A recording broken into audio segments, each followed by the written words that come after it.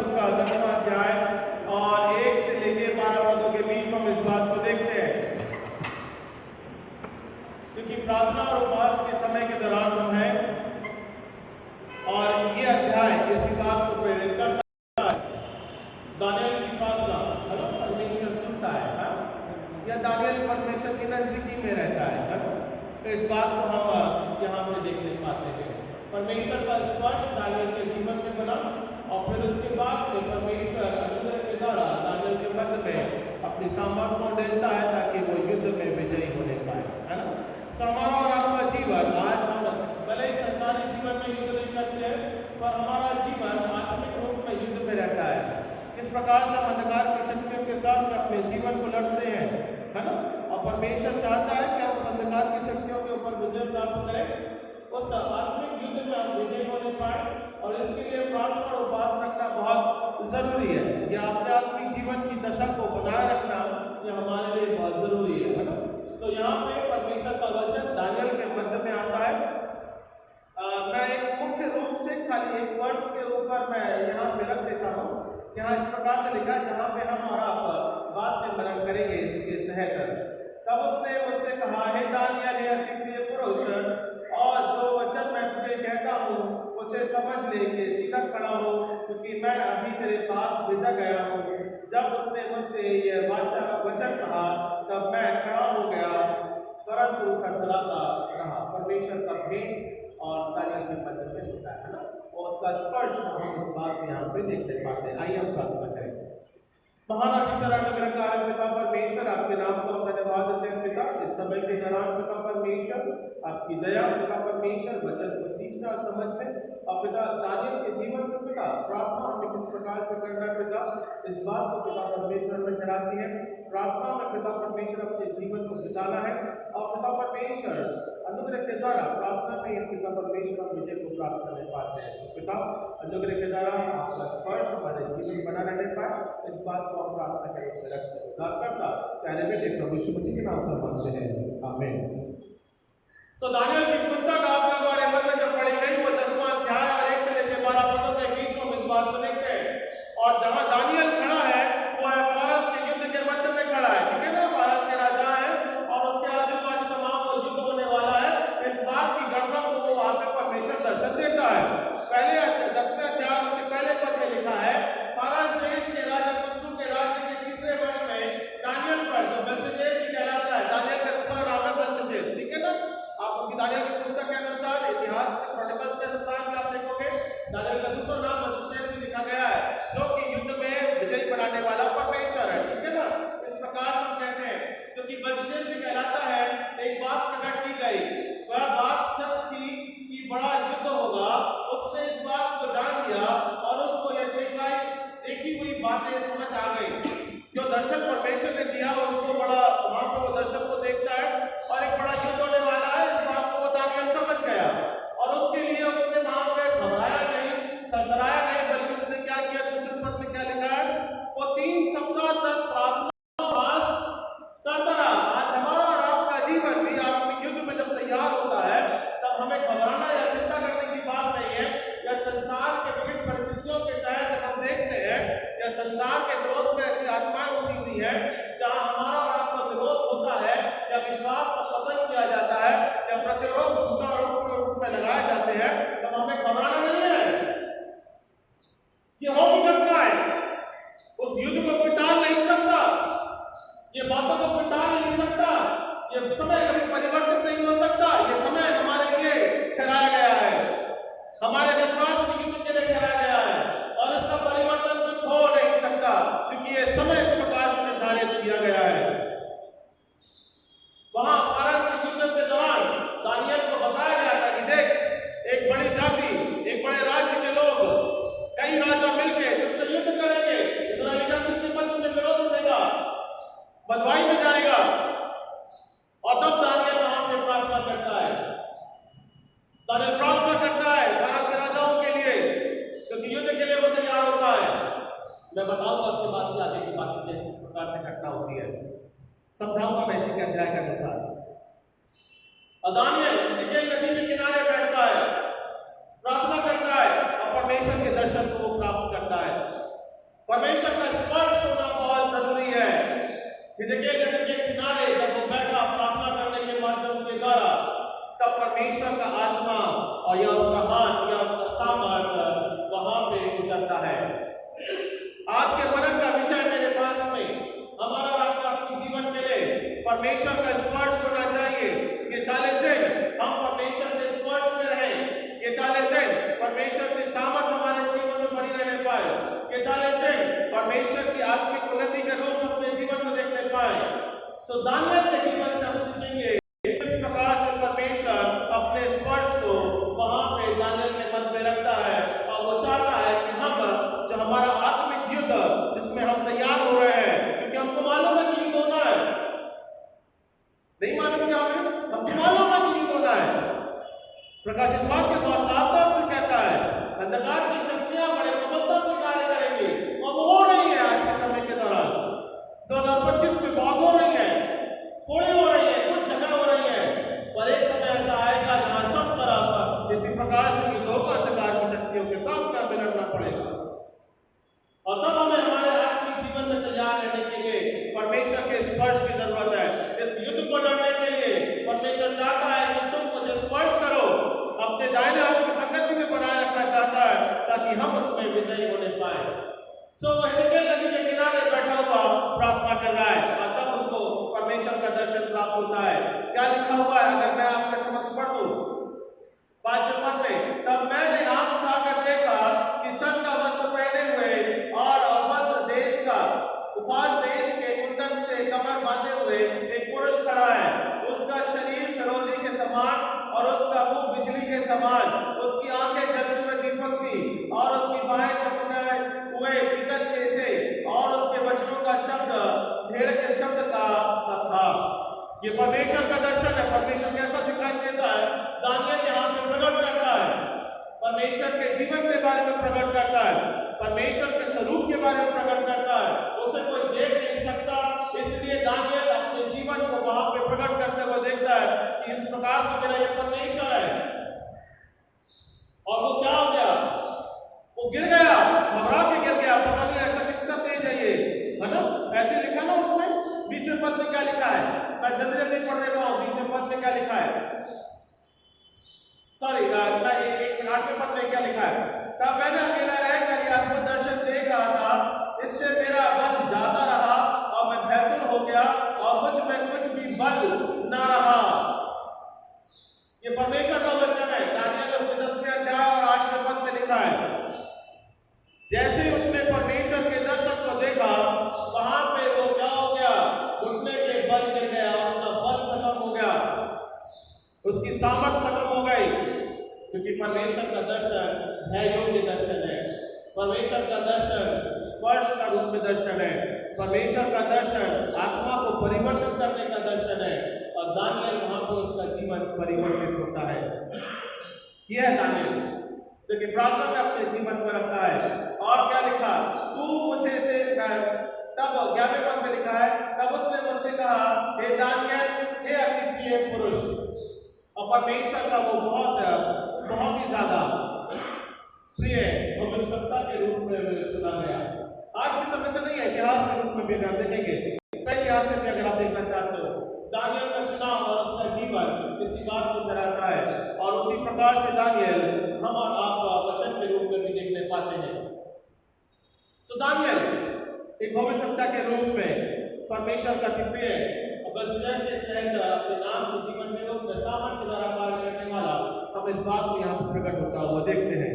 सो आइए हम इस प्रकार से थोड़े से वचनों के तहत मनन करेंगे, विचार करेंगे, किस प्रकार से परमेश्वर दानियल के मध्य में, उस संसारिक युद्ध में, फारस के राजा के मध्य में, जो कई राजा लोग अब दानियल के ऊपर चढ़ाई करने वाले हैं या इस्राएल के ऊपर चढ़ाई करने वाले हैं, किस प्रकार से परमेश्वर अगुवाई करता है। परमेश्वर अगुवाई करता है। अगर हम इस बात को यहाँ पे प्रधानों के साथ अगर हम देखें, तब वहां पे क्या लिखा हुआ है, परमेश्वर की सहायता करने के लिए, परमेश्वर सहायता प्रदान करने के लिए दानियल को क्या भेजता है। 13वें पद में लिखा है, फारस के राजा प्रधान 21 दिन तक मेरी सामना किया रहा, परंतु मिकाएल जो मुझे मुख्य प्रधानों में से है, वो मेरी सहायता के लिए आया, इसलिए मैं फारस के राजाओं के पास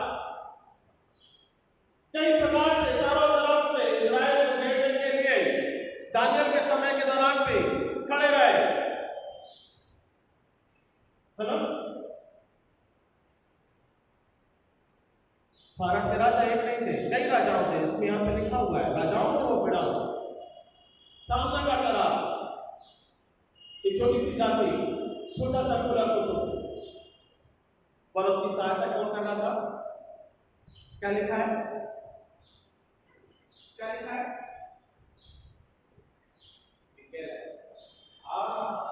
क्या लिखा है? कौन कौन कौन सहायता कर रहा है? मिकाएल फरिश्ता, परमेश्वर की नजदीक में रहने वाले 3 फरिश्ते थे। कौन कौन थे? गब्रिएल, जिब्राइल जिसे हम कहते हैं। कहाँ मिला पढ़ते हैं? कहाँ मिलते हैं पढ़ते हैं? मरियम के सामने आता है, नए नियम के अनुसार, पुस्तक के अनुसार वो प्रकट होता है, बराबर है ना? संदेशवाहक, मैसेंजर, व्हाट्सएप आपका, एसएमएस तो छोटा हो गया, ट्विटर, मेल, जिब्राइल, क्या बोलना है, किसको पहुंचाना है, क्या बताना है, क्या नहीं करना है, परमेश्वर के दर्शन के बारे में बताना है, कौन बोलता है? जिब्राइल। सेंडर, उसको ऊपर नीचे सबका पता है, कोई रोक नहीं सकता उसे, शैतान में भी सामर्थ नहीं है ना? उसका दोस्त था। फिर दूसरा शब्द मिकाएल अभी बोला ना? नहीं दूसरी अभी तो वो आता उसी पे। दूसरा शब्द मिकाएल, युद्ध लड़ने वाला, आम धाम धड़ाम रूप था, खत्म, एक ही बार में न्यूक्लियर विस्फोट देगा ना? मिकाएल है, उसके आगे कुछ नहीं सकता। शैतान को बांधने का काम भी मिकाएल ही करेगा, मतलब परमेश्वर की सामर्थ के द्वारा, है ना? युद्ध करने के लिए कहने का मतलब सिपा सालार आगे खड़े होके क्या बोलता है परमेश्वर? करने का बांधने का काम करो उससे, हजारों वर्ष तक के लिए फिर बांधा जाएगा वीडियो में, है ना? इस प्रकार से ठीक है। तो कौन काम करेगा? मिकाएल काम करेगा। फिर उसके बाद में तीसरा शब्द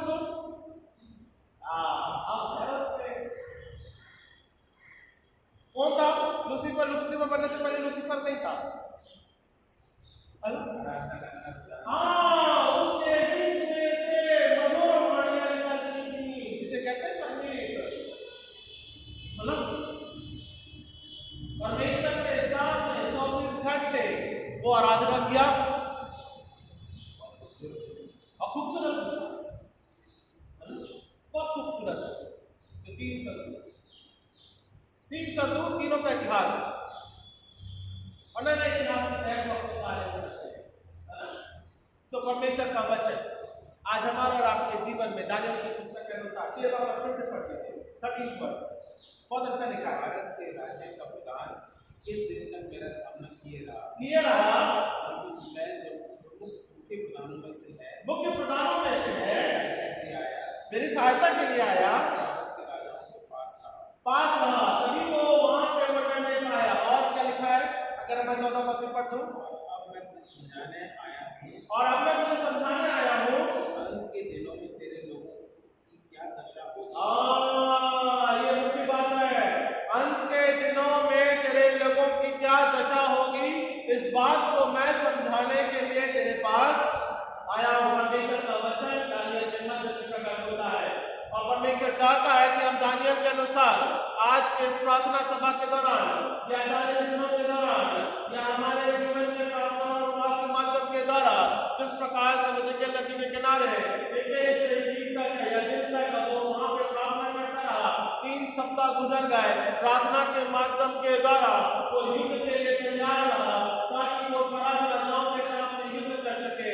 हम और आप भी परमेश्वर में तैयार रहे ताकि हम भी आत्मिक अंधकार की शक्तियों के साथ में लड़ने पाए।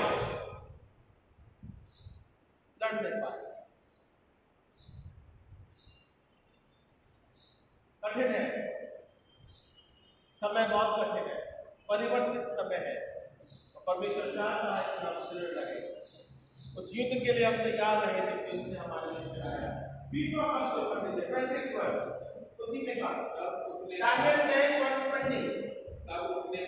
तब उसने कहा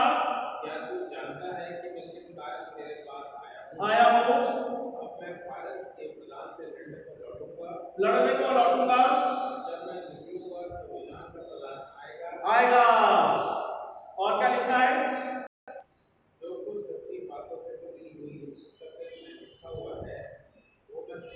बताता हूँ, बस बस बस, थैंक यू, उतना ही है। फारस का राजा गया, अब कौन सा राजा आएगा लड़ने के लिए?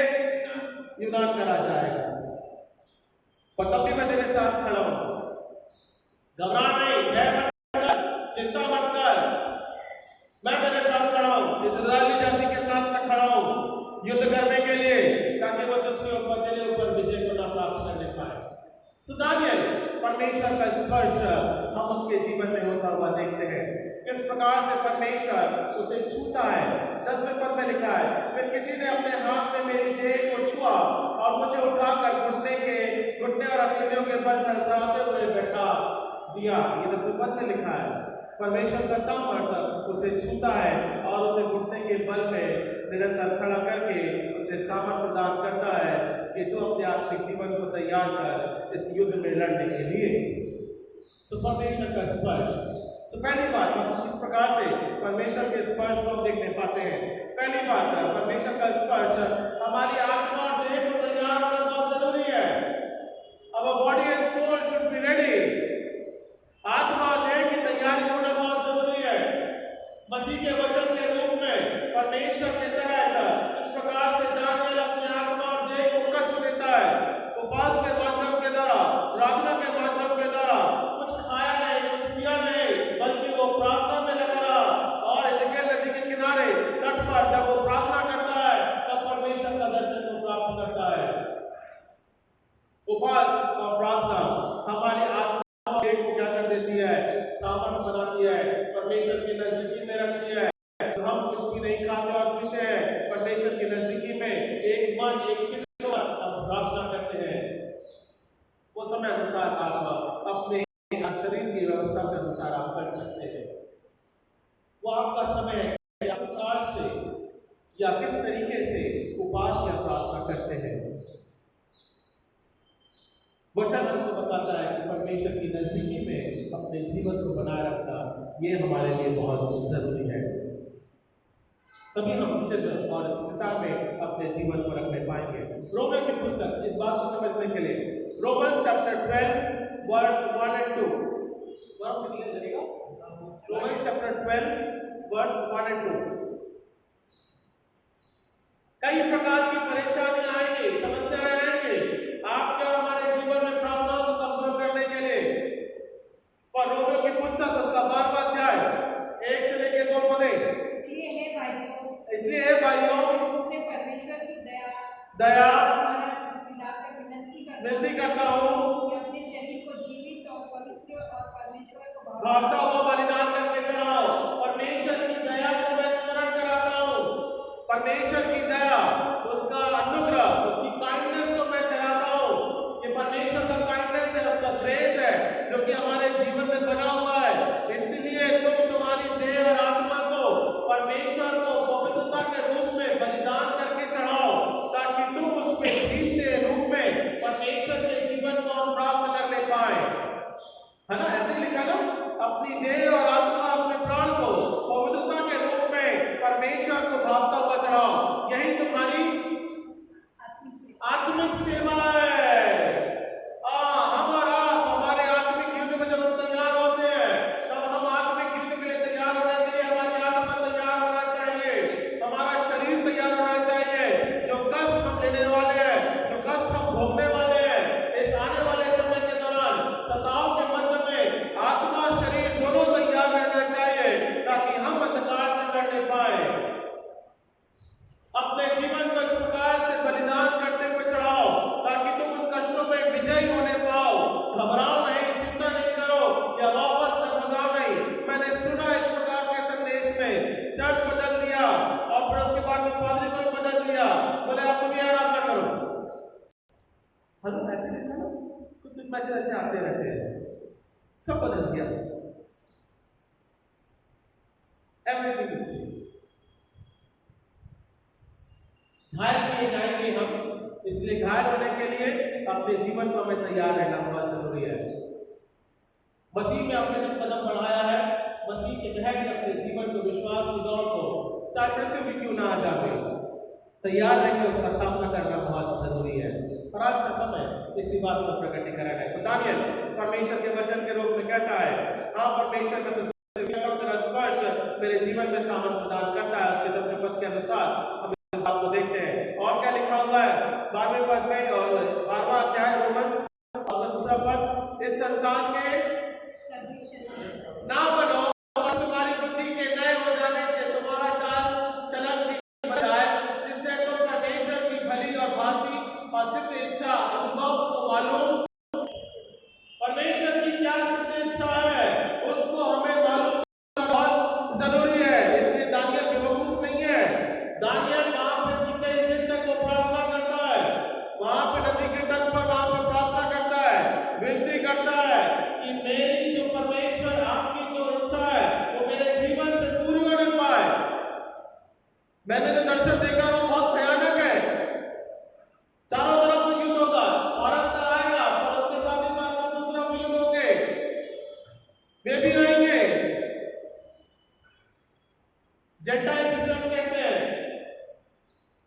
पर इन सभी युद्धों में परमेश्वर मैं घबराता नहीं हूं, बल्कि मैं अपने आत्मिक जीवन को तेरे सदृश बनाता हूं, तेरे समान बनाता हूं, तेरे आत्मा में मैं रखता हूं, ताकि मैं उन युद्धों में जीतने पाऊं या विजय होने पाऊं। सो परमेश्वर का स्पर्श हमको और आपको आज के समय प्रार्थना में जरूरी है, क्योंकि हम हमारी देह और आत्मा को तैयार करने पाए। दूसरी बात, परमेश्वर का वचन हमको और आपको परमेश्वर के सामने और उसकी स्पर्शता में लेके चलता है, और इस बात को हमारे आत्मिक जीवन के लिए प्रेरणा प्रदान करता है। दूसरी बात क्या बोलता है, उपवास और प्रार्थना, फास्टिंग एंड प्रे, है ना। ये 40 दिन हमारे और आपके लिए परमेश्वर के स्पर्श को या परमेश्वर के टच को अगर हम देखना चाहते हैं तो फास्टिंग और प्रेइंग हमारे लिए बहुत जरूरी है। कुछ शारीरिक दिशा और कंडीशंस में हम हमारे आज के वर्तमान समय के अनुसार नहीं करने पाते हैं, पर हम प्रार्थना तो करने पाते हैं। प्रार्थना में तुम हमारे जीवन को रखने पाए, ये हमारे लिए बहुत जरूरी है। और ये 40 दिन इसी बात के लिए प्रेरित करता है। दानियल की पुस्तक उसका 3रा अध्याय, दानियल चैप्टर 3 किसके बारे में है डॉक्टर साहब? दानियल चैप्टर 3 शद्रक,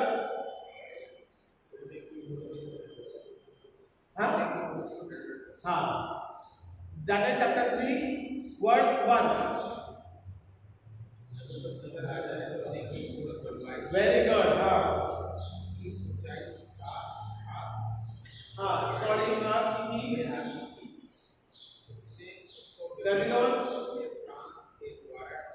नामक एक खड़ा करवाया था, बराबर है ना। अब वाले पद में क्या लिखा है, भैया ये 3 लोग ऐसे हैं जो इस मूर्ति को प्रणाम नहीं करते हैं। वाले पद में लिखा है, उनको नाम है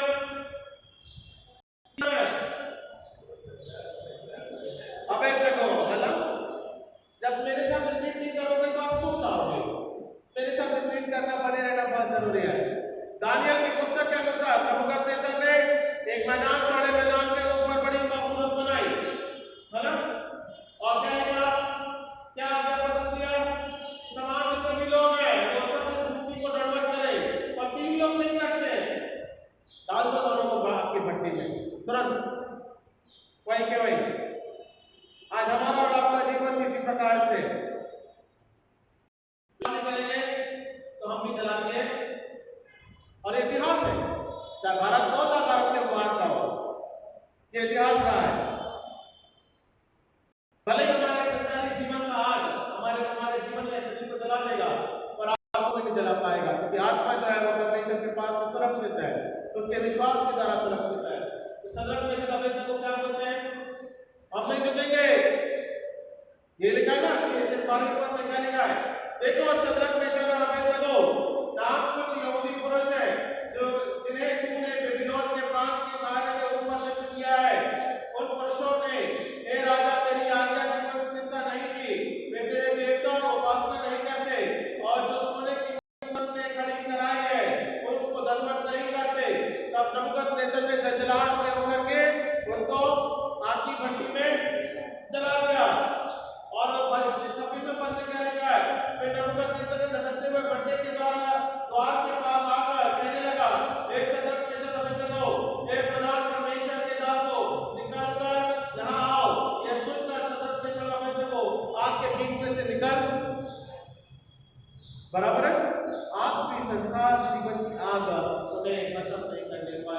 इसके पहले उन्होंने क्या किया है, इस पद के अनुसार अगर मैं पढ़ता हूँ तो इसके पहले क्या किया इन लोगों ने, अगर आप इसके बीच के अध्याय को पढ़ोगे तीसरे पद से लेकर के 11वें पद तक का या 14वें पद तक का उन्होंने क्या किया, प्रार्थना करी। जो आज्ञा, जो दंड की आज्ञा हमारे लिए निकली है, जो आज्ञा पत्र निकला है, तो उसके पहले उन्होंने उपवास और प्रार्थना करी। 3 टाइम 3 रोज वो परमेश्वर के तहत अपनी प्रार्थनाओं को रखते थे। और तब जाके नेबूकदनेस्सर ने बोला सारे राज्य में इस परमेश्वर के नाम की महिमा करो जो ठहराया गया है, जो बताया गया है। ये ऐसा कौन सा परमेश्वर है जो ने आपके घुटने में से निकाल करके बचा करके लेकर आया है। राजा खुद जांचने आया है, बाबा तो कौन है, बाबा आओ बाहर आओ, क्यों मैंने तुम्हें जलाने के लिए तैयार रख दिया। ये तुम्हारी प्रार्थना का, ये उपवास का ये परिणाम होता है। आज हमारे प्रार्थना का परिणाम हम विजय को प्राप्त करने पाते हैं। संसार की आग आएगी, संसार की आग है हमारे जीवन में, वो लगी हुई है। कई प्रकार के ऐसे लोग युद्ध करने के लिए हमारे जीवन में आएंगे, पर हमें उसका सामना प्रार्थना और उपवास से करना है। एक और उदाहरण, बहुत अच्छा उदाहरण है, दानियल की पुस्तक में से है, दानियल चैप्टर 6। अब दानियल कहाँ है डॉक्टर साहब, दानियल किधर है भैया? दानियल की पुस्तक उसके छठे अध्याय में दानियल किधर है? शेर की मान। हाँ, दानियल किधर है? शेर की मान में है। हेलो, दानियल की पुस्तक उसके छठे अध्याय के अनुसार है शेर की मान में है। राजा कौन है? दारा राजा है ना। राजा बदल गया, सुधरा नहीं, नेबूकदनेस्सर से सीख नहीं किया उसने, उसी के राज्य में था। दारा राजा क्या बोलता है, अच्छा मेरी उपासना नहीं करता है, ठीक है पत्र निकालो, दंड पत्र निकाला। क्या बोलता है, डाल दो दानियल को। और उसके पहले तो दंड पत्र के पास में जब जैसे ही आता है, दानियल क्या बोलता है, अपने परमेश्वर से 3 टाइम प्रार्थना करता है, अपने ऊपर की कोठरी जाता है और विंडो को खोलता है ना। यही लिखा ना, ऐसे लिखा ना दारा राजा के समय के दौरान, दानियल की पुस्तक के रूप में 13वें पद में मैं पढ़ देता हूँ। दानियल उसका 6वां अध्याय 13वें पद में क्या लिखा है, तब उन्होंने राजा से कहा, यहूदी बंदियों में से जो दानियल है उसने ये राजा ना तो तेरी ओर कुछ ध्यान दिया और ना हस्ताक्षर किए हुए आज्ञा पत्र की ओर। वह दिन में 3 बार विनती किया, पता नहीं कहाँ करता है विनती, पर वो 3 बार प्रार्थना करता है।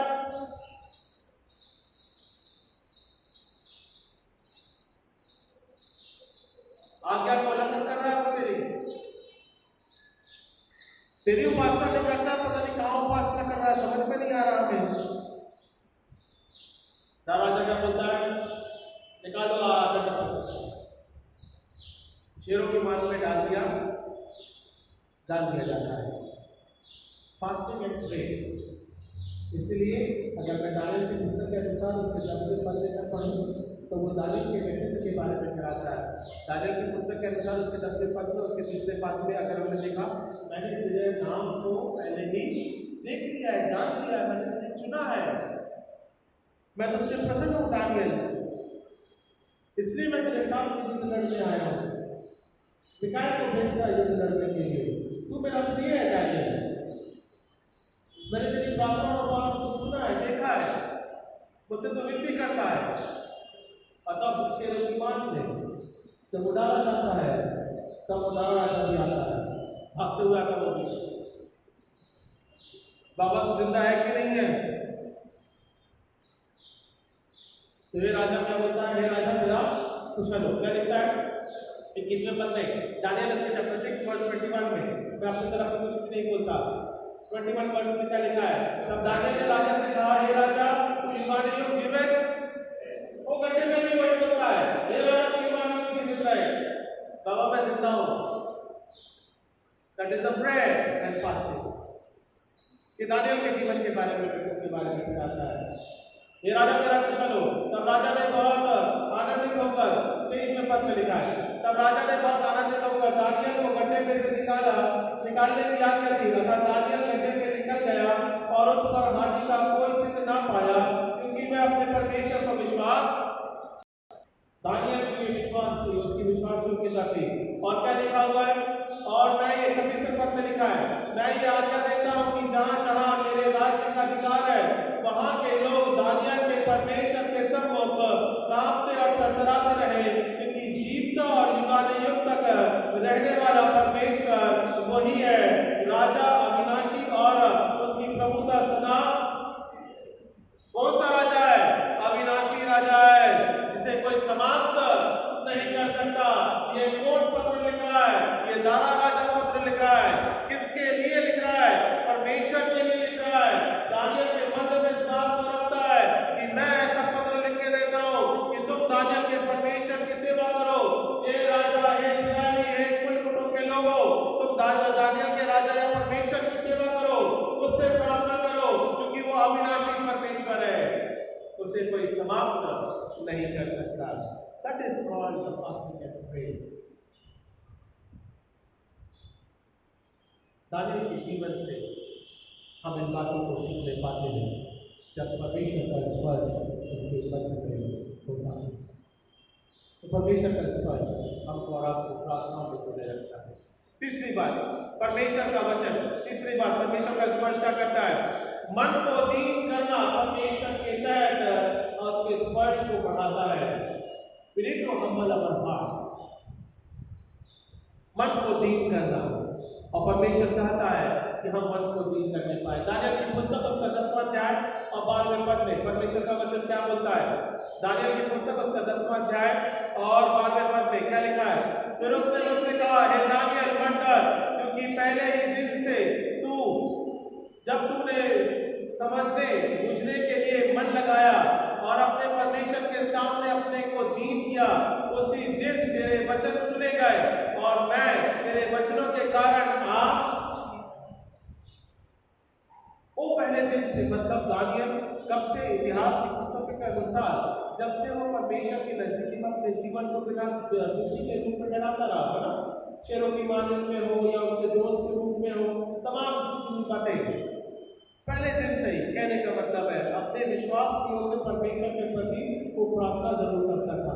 इसलिए दानियल के समय के दौरान 10वें पद में परमेश्वर बोलता है, देख मैं तेरे सामने के लिए आ गया हूँ, चिंता मत करना, युद्ध कैसा भी रहे मैं तेरा मदद करने के लिए तैयार हूँ। तो परमेश्वर हमको और आपको चाहता है कि हम उसके द्वारा दीन बनने पाए। क्या लिखा हुआ है परमेश्वर का वचन? फिर से मैं पढ़ देता हूँ, मैं दूसरी तीसरी लाइन पढ़ रहा हूँ। जब तूने समझने बूझने के लिए मन लगाया, किसने मन लगाया?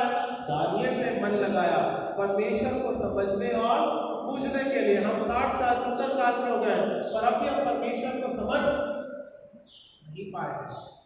समझना बहुत जरूरी है परमेश्वर को। हम क्यों नहीं समझ पाते हैं? कि हमारी बुद्धि और विवेक संसारिक बातों के द्वारा लगी रहती है। बहुत से ऐसा समय होता है जहाँ हम संसार में, अपने जीवन में, हमारी परेशानियों को, हमारे व्यक्तित्व को या बातों को हम बड़ा समझते हैं, इसलिए हम परमेश्वर की बातों के तहत सच्चा मन नहीं लगाने पाते हैं। पर दानियल पहले से ही परमेश्वर में सच्चा मन लगाता है, समझने बूझने में मन लगाया और अपने परमेश्वर के सामने अपने आप को क्या किया? दीन किया, है ना? He humbled himself in front of the Lord. परमेश्वर में वो दीन बना। परमेश्वर मैं नहीं बल्कि आप मेरे राजा हैं, आप मेरे प्रधान हैं, आप हमारे सामर्थ्य परमेश्वर है, जीतने परमेश्वर है, आप हमारी अगुवाई करें। और तब क्या बोलता है परमेश्वर? देख मैं तेरे लिए, तेरी सहायता के लिए युद्ध करने आया हूं। परमेश्वर हमारा सामर्थ्य परमेश्वर है। तो 3 बातें परमेश्वर के तहत अपने जीवन के रूप में परमेश्वर चाहता है कि हम बने रहने पाए। अंतिम बात मैं पढ़ के समाप्त करूंगा।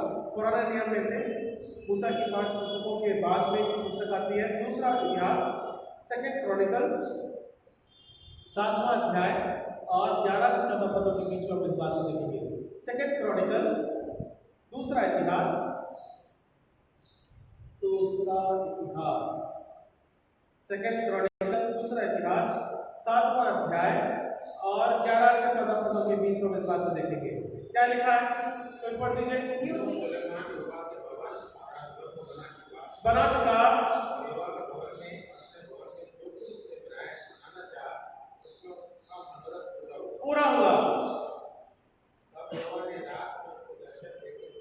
हाँ मैंने तेरी प्रार्थना सुनी सुनी और स्नान के जल के भवन के लिए अपनाया है। यदि मैं आकाश का ऐसा बंद करूं, ऐसा बंद करूं कि वर्षा ना हो, पृथ्वी को देश को उजाड़ने की आज्ञा दूं दो या अपनी प्रजा में मरी फैलाऊं, तब यदि मेरी प्रजा के लोग जो मेरे कहलाते चलाते हैं। दीन होकर प्रार्थना कैसे करना है? तो हम्बल है ना, दीन होकर हमें प्रार्थना करनी है। सुलेमान राजा क्या बोलता है? सुलेमान राजा के वचन के रूप में परमेश्वर बोलता है, देख तूने भवन बना दिया, सब अच्छा किया और मैं उसमें वास करता हूं, उसमें कोई शंका वाली बात नहीं है। और देख पल भर में ऐसा मत सोच कि ये प्रजा इस मंदिर में आके भी टूट बच जाएंगी। यदि वो मेरे से फिरेगी या मेरे वचन से दूर होगी फिर से, कभी मैं दोबारा इसको विनाश करने के लिए भेज सकता हूँ। इसके लिए बात के लिए भी तुम तैयार रहो। इसलिए क्या करना है? हे मेरी प्रजा तुम दीन हो, क्या लिखा है? और तब यदि मेरी प्रजा के लोग जो मेरे कहलाते हैं दीन होकर प्रार्थना करें, और क्या लिखा है? और मेरे दर्शन की खोजी होकर अपनी बुरी चाल से फिरे फिरे तो मैं स्वर्ग में से सुनकर सब पाप क्षमा करूंगा और देश को जीव कर दूंगा और मैं उनके देश को जो का त्यों कर दूंगा, है ना। तो परमेश्वर हर एक परिस्थितियों के ऊपर नियंत्रित करने वाला हमारा परमेश्वर है। आज का समय 2025 का समय, सताव, बढ़ाव, कठिनाइयाँ, विरोध, युद्ध, प्रोसिक्यूशन, तमाम बातें हैं। और अंत में क्या लिखता है परमेश्वर सुलेमान राजा के पूर्ण मध्य में? यदि तुम दीन होकर प्रार्थना करोगे तो मैं क्या कर दूंगा? जैसा है वैसा फिर से कर दूंगा। परमेश्वर हमें आत्मिक आजादी में अनुग्रह के द्वारा अगुवाई करने के लिए तैयार है और उस युद्ध में शामिल होने के लिए भी तैयार है। मिकाएल को बेचने के लिए भी तैयार है। पर क्या हम हमारे आत्मिक जीवन में तैयार हैं? दानियल के बाद देखिए नदी के किनारे जब वो खड़ा प्रार्थना करता है, उपास के साथ वो प्रार्थना करता है, परमेश्वर का स्पर्श उसके जीवन में ठहरता है। होने भी परमेश्वर का स्पर्श 3 बातों के माध्यम से मिलता है: आत्मा और देह को तैयार करना, प्रेयर एंड फास्टिंग, प्रार्थना और उपवास के माध्यम से मिलता है, और परमेश्वर की संगति में दीन बने रहना हमको और आपको प्रेरित करता है। 3 बातें दानियल के जीवन से हमें सीखने को मिलती है ताकि हम आत्मिक महाराधिकर अनुग्रहकारी पिता परमेश्वर, आपके नाम को हम प्रार्थना करते हैं पिता, धन्यवाद देते हैं पिता परमेश्वर। इस समय के दौरान पिता परमेश्वर आपकी दया अनुग्रह के द्वारा आपके जीवन के रूप में आप हमारी अगुवाई करें और हमारी प्रभुता में रखें और आपका प्रेम पिता परमेश्वर निरंतर इसी प्रकार से पिता परमेश्वर जीवन के रूप में बढ़ता जाए। तो राजाओं का राजा अनुग्रह के द्वारा हमारे करने वाला दया के माध्यम के द्वारा इस हमारा बात करता प्यारे बेटे के नाम से आमीन।